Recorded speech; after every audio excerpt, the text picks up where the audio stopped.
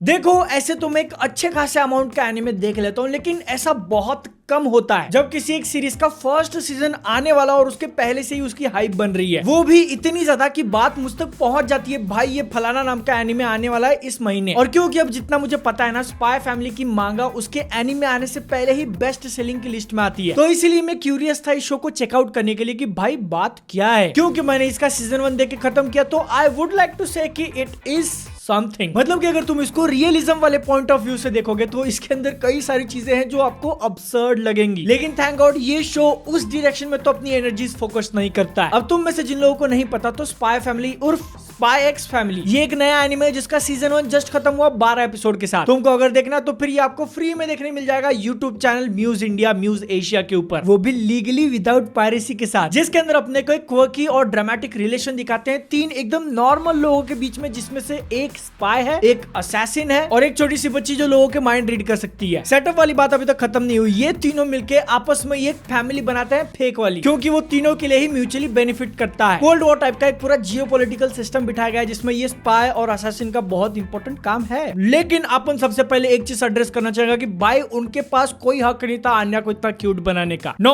कोई भी नहीं। मतलब अगर तुम सिर्फ कैरेक्टर को देखने जाओगे तो वो ऑलरेडी नमूनी है, लेकिन एनिमेशन और उसके वॉइस एक्टर ने जो काम किया है उसके तो ओ पूरी ऐसे जान डाल दी उसके अंदर। और जब पहली बार मैंने उसके मुंह से वाकू वाकू सुना ना, ऐसे वो क्या वर्ड यूज करूं, नशा बोलने वाला था लेकिन नहीं, क्योंकि मैंने किया ही नहीं है। मेरे माइंड में एक ही थॉट आया कि आगे चल के स्पाई फैमिली की स्टोरी कितनी भी खराब हो जाने दो, लेकिन आन्या को हम लोग हमेशा के लिए प्रिजर्व करके रखेंगे ऑलवेज। कैरेक्टर ग्रोथ की बात करें तो ऐसे तो बहुत ज्यादा देखने नहीं मिलता, सिर्फ 12 एपिसोड आए, एक तरीके से सेटअप मान लो, लेकिन फिर भी उसके अंदर जो ट्वाइलाइट का कैरेक्टर है उसको जिस तरीके से थोड़ा बहुत चेंज होते दिखाया है, आन्या उसकी लाइफ में आती है और वो एक्चुअल में दूसरे लोगों की केयर करने लगता है, मेरे को पसंद आया। तो मैंने अभी तक स्पाई फैमिली नहीं देखी और बहुत ज्यादा एक्साइटेड हो रहे हैं उसको देखने के लिए, तो थोड़े नेगेटिव्स भी बता देता हूं। जैसे कि मैंने पहले थोड़ा हिंट दिया कि ये शो बहुत ज्यादा रियलिस्टिक नहीं है, मतलब कि अगर तुम बहुत ज्यादा दिमाग लगा के इसको देखने जा रहे हो तो फिर कुछ चीजें हैं जो तुम्हारे सामने क्वेश्चन ऐसा गूगली डालेंगी कि भैया इस कैरेक्टर को बेस्ट स्पाई बोला गया, लेकिन फिर भी ये कैसे नहीं समझ पाता कि उसकी फेक वाली बीवी और बच्ची नॉर्मल नहीं है, वो भी स्पेशली उसकी वाइफ की हरकतों को देख के कितने सारे लोगों को पीटती है वो उसके सामने, जबकि वो सबसे बड़ा वाला स्पाई एनिमी टेरिटरी में है। और सिर्फ इतना ही नहीं, कुछ कुछ जगहों पे तो इसने इतनी ओवर द टॉप की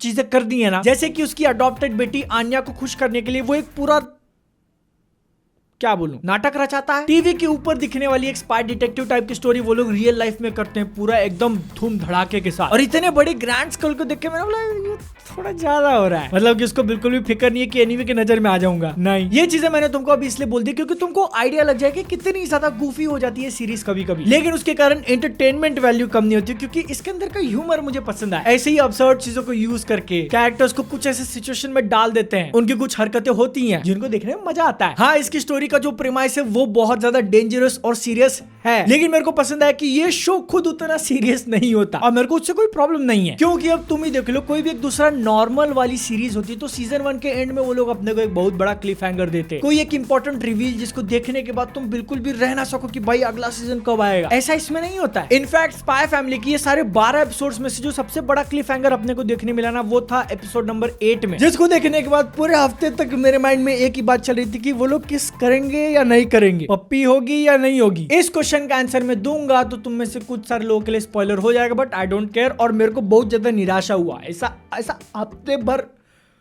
काट दिया, आई हेट यू। जिससे मेरे को याद है कि अपने को योर जो मोहतरमा है उनको एक ठीक ठाक अमाउंट दिखाया था, बट ऐसे अंदर से फीलिंग आ रही है कि यार थोड़ा और चाहिए था उनका स्क्रीन प्रेजेंस। ओके, और अभी क्लियर कर देता हूँ, यहाँ पे कोई भी योर इज माइन वाले जोक नहीं मारेगा। कमेंट में दिखा तो सीधा ban, because your is not your चीज। एनिमेशन को लेकर मैंने उम्मीदें अच्छी खासी रखी थी इस सीरीज से, क्योंकि ये जो है ना Wit Studios Attack on Titan Vinland Saga Ranking of Kings in animes के लिए जाना जाता है, और क्लोवरवर्क्स जिन्होंने मार ड्रेस अप डार्लिंग और डार्लिंग इन द फ्रैंक्स जैसे एनिमे बनाए, उन दोनों का रिव्यू आपको इस चैनल पे दिख जाएगा। जब मेरे को पता चला कि ये दोनों स्टूडियोज कोलैब कर रहे हैं स्पाई फैमिली बनाने के लिए, तो मैंने एक्सपेक्टेशंस अच्छी खासी लगाई थी और मेरे को बिल्कुल भी डिसअपॉइंटमेंट नहीं हुआ। जितने फ्लूइड तरीके से इन्होंने एक्शन को एनिमेट किया, अब अपने को बहुत ज्यादा देखने नहीं मिलता, लेकिन जितना भी दिखता है कमाल का। कैरेक्टर्स के फेसेस ले लो, I am looking at you जीजू आन्या, उनकी बॉडी लैंग्वेज, उनके मूवमेंट्स ले लो, सब कुछ जो है ना इसकी स्टोरी को और ज्यादा निखारने में मदद करता है। ओपनिंग सॉन्ग से जो फीलिंग आई मुझे वो ठीक ठाक लगा। अब अंडरस्टैंड तो नहीं कर पाया मैं बिकॉज जापानीज, लेकिन वो पीनट जितनी बारी बोला अपने को मजा आया। बट इसका जो पूरा एंडिंग था ना, एनिमेशन और उसका song, I like it, I loved it. जिस तरीके से पूरा आन्या के पर्सपेक्टिव से दिखाया, थोड़ा ऐसे दुख लग रहा था, लेकिन जब वो लोग एक हैप्पी फैमिली की तरह दिखते हैं, आई रियली एंजॉयड इट। ये थे मेरे कुछ ओपिनियन स्पाई फैमिली सीजन 1 को लेके। इसका सीजन 2 अभी अक्टूबर में आ जाएगा और इन्होंने भले कोई अपने को क्लिफ हैंगर वाली हड्डी ना डालो, लेकिन अपन बहुत ज्यादा एक्साइटेड है यार। आएगी फिर से अक्टूबर में भाई। उसका जो आउटफिट था जब वो असैसिन बनती है, मास्टरपीस। तो अगर तुमने अब तक स्पाई फैमिली नहीं देखा है, जाके पक्का देख लेना और देखने के बाद एक थैंक यू बोल देना, ऐसा मन में अच्छा लगेगा दिल से। मेरे से तुमको अगर पर्सनली कनेक्ट करना है तो फिर मैं मिल जाऊंगा इंस्टाग्राम पे, वरना अगली वीडियो में। तब तक के लिए जय हिंद, वंदे मातरम।